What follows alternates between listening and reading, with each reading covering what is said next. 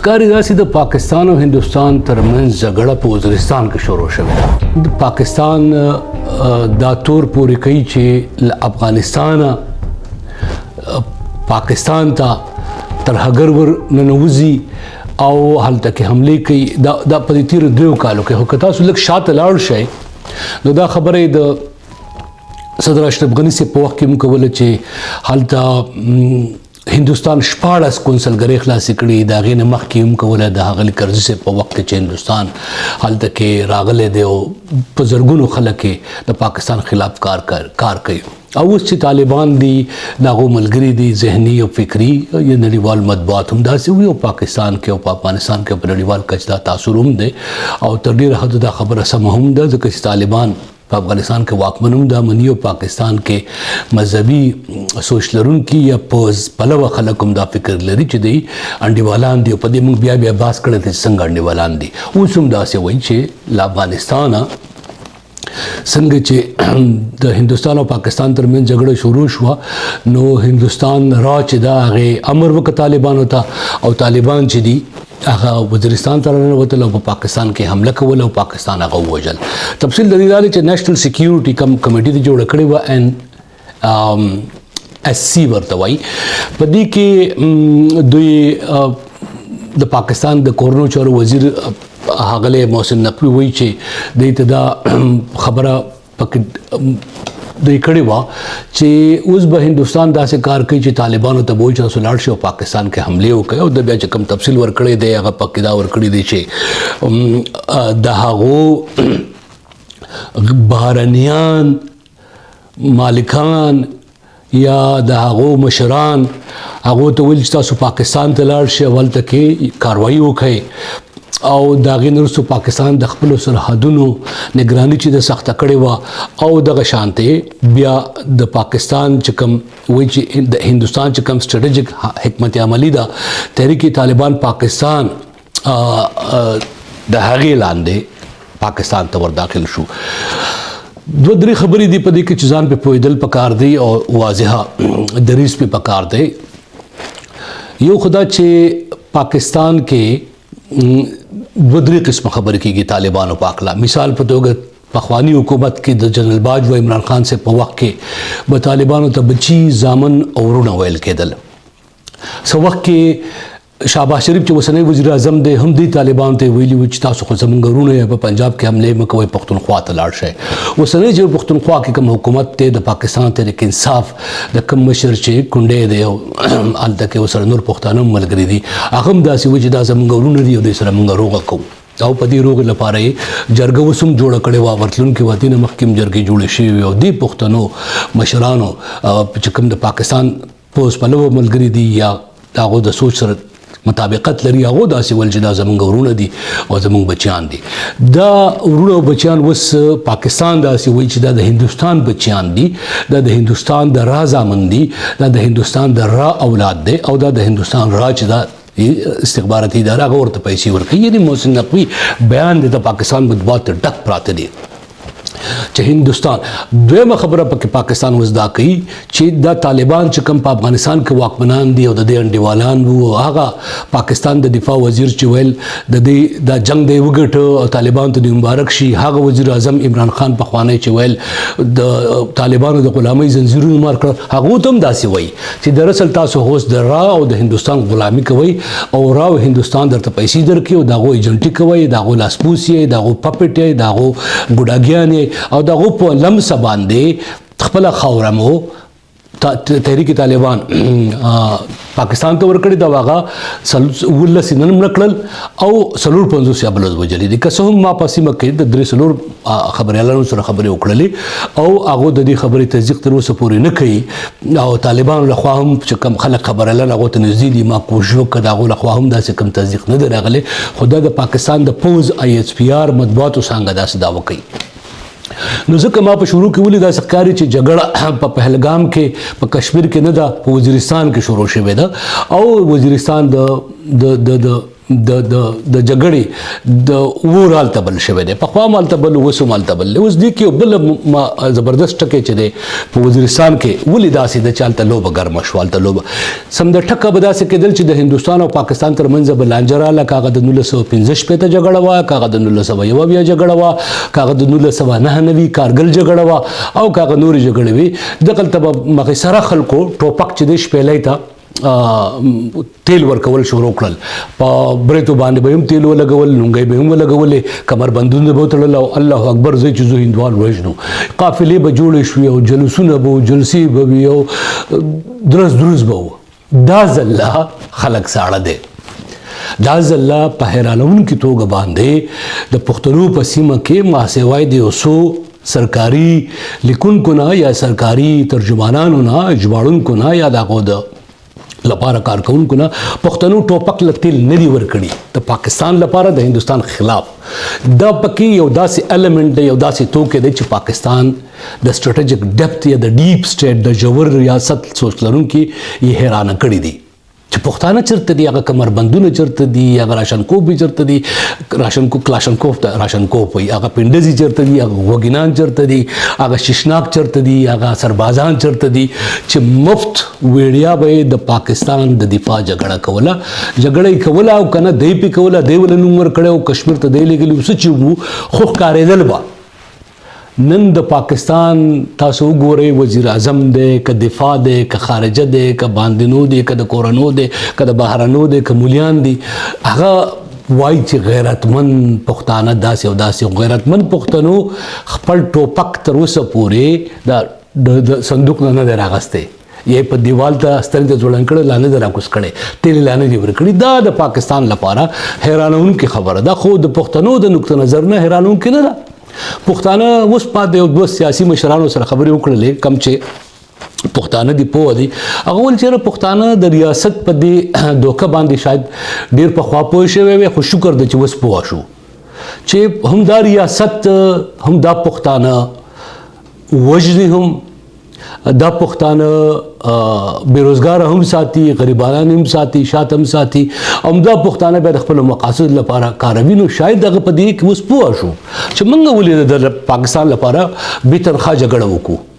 پاکستان که جګړه کوي باید پنجاب نه خلک پورته شي هغه د جګړه وکړي پښتانه ولې کوي لہذا پاکستانیان په دې باندې سخت فکرمند دي چې پښتانه دا ځل د هغو په دې جګړه کې د هغو سره د هغو لپاره د هندوستان خلاف د هندو خلاف ټوپک نه دی راپورته کړی یو دا خبره ده او د دې لپاره که تاسو وګورئ د شمالي وزیرستان کمشنر 2 ورځې مخکې اعلان وکړ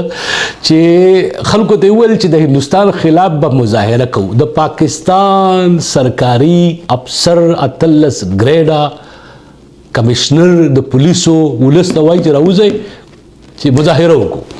اوس لږ شیبه مخکې د پروګرام نه مخکې یو پخوانی قومي اسمبلی غړي خپل دوست ملګري ته ما ټلیفون کړی هغه خاندل وی خلک ولا نه راوته ان تر دې چې خلک مظاهرې لم نه راوتی خلک مظاهره هم نه کوي پخوا به مولیان په سپیکرو په جمعې په ورځ باندې به جهاد نارې وي او د هندو خلاف د غزوه هند جګړه شروع کېدونکې دا ورځ چې جهاد وکړو اوس هم د غزوه هند لپاره په لاهور کې اسلام آباد کې ناس ځینې سرکاري مولیان چې دي دانشوران په ټلویزیون باندې چې پروګرامونه هم کوي او ځان ته داسې خطرناک نومونه هم یې ښودي دي هغه هم اوس لګیا چې غزوه هند شروع شوی دی خو په پښتونخوا کې د غزوه هند لپاره تیاری نشته دی په دې باندې دا یو نوې خبره ده د پاکستان لپاره پاکستان یو بل ټارګټ په دې باندې خبره کومه چې جګړه کیږي او کنه پاکستان نېشنل سکیورټي کمیټي سوی د پاکستان دفاع وزیر خو چې حمله کیدونکې ده خو یو بل خبره چې د دې پروګرام په شروع کې ما کړې واغه دا و چې دین یو بل ټارګټ عاصم منیر صاحب ترلاسه کول غواړي او هغه دا چې په پاکستان کې د پاکستان د پوز اعتبار جوړ شي په پاکستان په پوز باندې خلک اوس یقین کول شروع کړي د هغې په شا ودرېږي او قوم متحد شي یعنی دا یو بل ټارګټ دی په دې کې د پښتنو خبره خو موږ وکړه خو هغه په پاکستانیان چې هغه د پاکستان په واک کې او په د پاکستان په وسایلو کې د پاکستان د اقتدار په ایوانونو کې شراکتدار دي یا په همیشه شراکتدار پاتې شوي د هغو لخوا تر اوسه پورې په نړیوال ډګر هم او په پاکستان کې د نه هم هغه شاید خواهش هم د پاکستان د پوز نه پوره کیږي. د پاکستان تحریک انصاف پلویان وسوم د پاکستان د پوز خبره کوي د جګړې خبره کوي مشروطه کوي شرط ورته دی. یعنی دا یو بل چیلنج پاکستان ته اوس ورپېښ دی. دا دوه قسمه چیلنجونه پاکستان کې تاسو دا وخت ګوره. اوس برا شو او په دې باندې کتا سو ګورئ ما دا خبره کړې و پړمنی بیکاس کې کله چې دا جګړې دا امکانات سیوا شو چیر د پاکستان پوز عاصم منیر څه غواړي نو په پاکستان کې ډیر زیات انټلیکچوال زبېدونه ناقله ما خو یو چې په نړیوالو چارو باندې اکثره خبره کوي د چین په اقتصاد او د امریکا په اقتصاد او په سیاست خبره کوي مشاهد حسین سید صاحب محترم شخصیت ته هغه تاسو ګورئ درې مسلو ورځ بیا لګیا دی چې قوم باید یو شي قوم کې اتفاق راشي قوم باید راپورته شي. دا وخت د جګړو نه دی دا وخت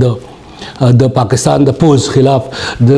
د نغارو نه دی د پروپاګاندا نه دی. یعنی مسلسل او دغه شان نجم سیټ یو نور کتا وګوره په ټلویزیون باندې او ډیر کوشش کوي لګیا دي چې د پاکستان دا وخت په نړیوال ډګر باندې یو شکل داسې وخت چې د قوم کې اتفاق راغلی دی خو هغه تر اوسه پورې نه لیدل کیږي. یعنی دا د هغې دویم مثال دی. اوس برا شو جګړې ته د دې امکانات ډیر زیات دي. دوه خبرو ته به پام وکړو. یو خو د هندوستان وزیر اعظم نریندرا مودي چې دی هغه 2 ځله وویل چې چا چې هم دا کار کړی دی انجام ته به رسو او ډیر په حساب سره به رسو. خپل قوم ته ویل چې تاسو فکر مه کوئ دا دهشتګرد او د دې دهشتګردو جوړونکي چې دي دا به بچ کېږي نه. او هلته کې جګړې تیاری نیول شوي دي. د هغو ایرفورس چې د هوایي ځواک سمندري ځواک پوځي ځواک ځمکنی ځواک چې د تیار دی دغه شان تیاری چې کوم ته چې د لاین اپ کنټرول وایي په هغې باندې پاکستان هم نیولي دي. د پاکستان سمندري هوایي ځمکنی ځواک تیار دی. پاکستانیان دا وکوي چې د دې سره چې کوم ریزرو هغه خلک چې هغه په پوز کې نو خو تیار ناستو ریټایر وو پخواني هغه هم تیار کړي دي وغیره وغیره او په خپل ټوپک باندې په خپله ماشه باندې ګوتې ایښودې ده.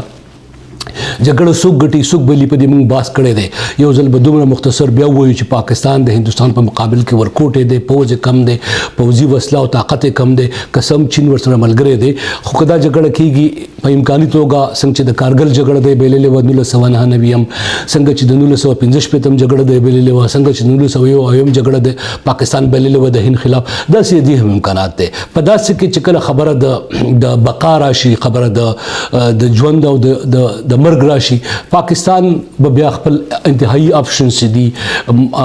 نړیوال څېړونکي وایي او هغه د اټمي وسله هغې طرف ته ځي او هند به هم هغې طرف ځي. که څه هم د دې خلک دا سوچ کوي چې باید داسې ونه شي او دې ته تلل نه دي پکار. امریکا هم داسې وایي ان تر دې اوس چین هم داسې ویلي کوم چې د پاکستان دغه دی د ملګری دی هغه وایي چې چین وایي چې دې غیر جانبداره بې پلوه تحقیقات پکار دي. دا هغه خبره ده کوم چې پاکستان کړې وه شهباز شریف چې غیر جانبداره یا بې پلوه تحقیقاتو لپاره موږ ملګرتیا کوو ما خبره چین وکړله پاکستان سره د کومک او ملګرتیا په توګه باندې. خو دا یو طرف ته پاکستان او د هندوستان لخوا د تیارو خبره ده بل خوا د نړیوالو خبره ده. اوس پاکستان خواجه آصف ویلي دي هم نن ویلي دي رویټرز خبري ادارې ته ویلي دي چې د پاکستان کې څه وخت هم هندوستان حمله کولی شي او د دې سره د دواړو هیوادونو ترمنځ اټمي طاقت چې دی د ترمنځ شخړه جنجال چې دی داسې واقعیږي او هغه ویلي دي چې موږ هم پوره تیاری کړې ده او خطر ډیره نږدې ده ډیر زیات داسې کارونه موږ شروع کړي دي چې په هغې باندې فیصلې شوي دي. دا تازه صورتحال دی په دې باندې تاسو په نظر کې ما یو خبر را ګرځوله چې جګړه په پهلګام کې نه په وزیرستان کې داسې معلومیږي شروع شوه او هلته کې درې هم غټې پیښې وشوې. یو غټه پیښه چې په هغې کې په جنوبي وزیرستان کې 9 کسان د امن کمیټۍ وژل شو. بیا ایس پی آر وایي چې دی ترهګر چې دي د هندوستان په وینا باندې 19 پاکستان ته ورننوتي له افغانستان هغه یې مړه کړل د دې نه مخکې 450 نور مړه کړل او دغلته کې د پاکستان د حکومت د پوځ نوکران خلکو ته وایي چې راوځئ. د دې تفصیل ما وویلو دوباره نه تکراروم. البته یو خبره چې د پښتنو په سیاسي مشرانو کې په مذهبي مشرانو کې په یوت کې په زلمي کل کې اوس محسوسیږي او ډیره زیاته په پښتونخوا کې هغه شان جذبه ولوله جګړې ته تیاری په ټوپکو باندې خلکو تیل لګول په بریتو له تیل ورکول چې د دې دا مظاهره او جهاد نارې او الله اکبر نارې چې نه لیدل کېږي خاموشي ده خلک وس شاید هغه شان جذبه هغه شان خوشحالي هغه شان جګړې ته تیاری ځکه نه کوي چې په خپله په جګړه کې تېرو شلو څلوېښتو کال راسې کډوال دي او د نړیوالو جګړو د نړیوالو جنجالونو د لاسه پکور دننه د هغو مشکلات چې دی ورسره بل سیوا کېږي ځکه چې په پنجاب کې نن هم د پاکستان کرکټ لیګ میله روانه ده هلته په هندوستان کې هم د کرکټ میلې روانې دي نو شاید پښتنو دا سوچ کړی وي چې هلته خو میلې کېږي هلته خو ټیلې کېږي هلته خوشحالۍ دي کاروبارونه دي هلته خو پراجیکټونه دي هلته خو د چین پاکستان اکنامک کوریډورونه دي یعنی د دې نه شاید خلکو سبق اخیستی وي دا علت کېدی شي یا بل هر څه علت کېدی شي چې پښتنو مشرانو اوس په ځانګړې توګه یوت او زلمی کل چې د هغې تحریکونو خپل ولس په مغزو کې دا خبر وراچولې وي چې پاکستان لپاره باید مفت او ویډیا جګړه او بغیر د کوم شرط جګړه ونشي بلې خواته خبره چې زه په دې کې اوس راغونډوم نو دوه خبرې پکې نورې تاسو په ذهن کې راولم په هغې باید موږ بحث کړی وی خو دا د جګړې خبره او دا د سیمې خبره دومره زیاته مهمه ده چې هغې طرف ته خلکو پام نشته دی خو په شهید راجب بندرګاه چې دی په ایران کې په هغې کې یو ډېر غټ اور لګېدو پیښه شوې ده او دا غټ اور چې دی دا په هغه ځای کې لګېدلی دی کوم ځای چې دی د بندر عباس خواته دا کم تنګه چې دا د هرمز تنګه چې دا دی ته بالکل مخامخ د دی چې کوم ډېر غټ بندرګاه و په دې کې په هغه کیمیکل کې کم کیمیکل چې دی د په ممکنه توګه په اټمي وسلې کې د تیل یا د ایندن په توګه کارول او هغه ډېر غټه تباهي شوې ده ډېر لوی تباهي شوې ده